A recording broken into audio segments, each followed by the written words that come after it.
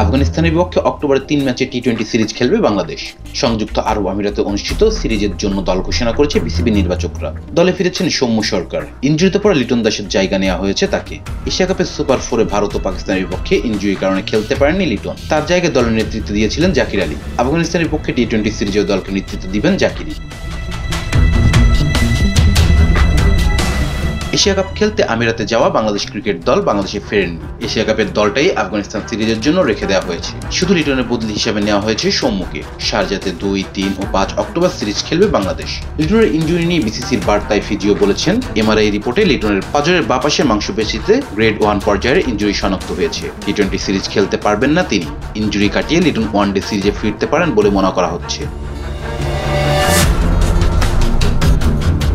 বাংলাদেশের টি-20 স্কোয়াডে আছেন জাকির আলী, তানজিদ তামিম, পারভেজ ইমন, সাইফ হাসান, তাওহিদ হৃদয়, শামীম হোসেন পাটোয়ারি, নুরুল হাসান সোহান, রিশাদ হোসেন, শেখ মাহাদি, নাসুম আহমেদ, তাসকিন আহমেদ, তানজিম সাকিব, মুস্তাফিজুর রহমান, শরীফুল ইসলাম, সাইফুদ্দিন ও সৌম্য সরকার।